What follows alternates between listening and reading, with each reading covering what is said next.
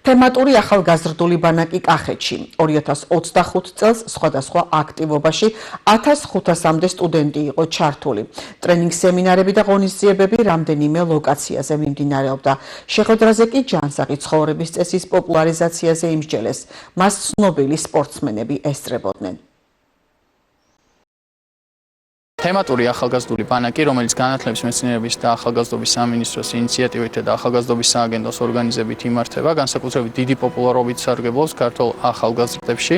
ახალგაზრდებს, რომლებიც ღია შერჩევის გზით მოხვდნენ ბანაკში, აქვთ შესაძლებლობა მოისმინონ სხვადასხვა პროფესიონალი სპიკერებისგან ინფორმაცია იმ ტენდენციების შესახებ, რომელიც არსებობს ქვეყანაში. მიმდინარე ნაკადის თემას წარმოადგენდა ჯანსაღი ცხოვრება, სადაც ახალგაზრდები შეხვდნენ წარმატებულ სპორტსმენებს და მათგან მოისმინეს ის გზა, რომელიც მათ გაიარეს ამ წარმატებისკენ. საკმაოდ საინტერესო და ინსპირაციული იყო მათთვის ეს შეხვედრა. თემატურ ახალგაზრდულ ბანაკში ვარ პირველად.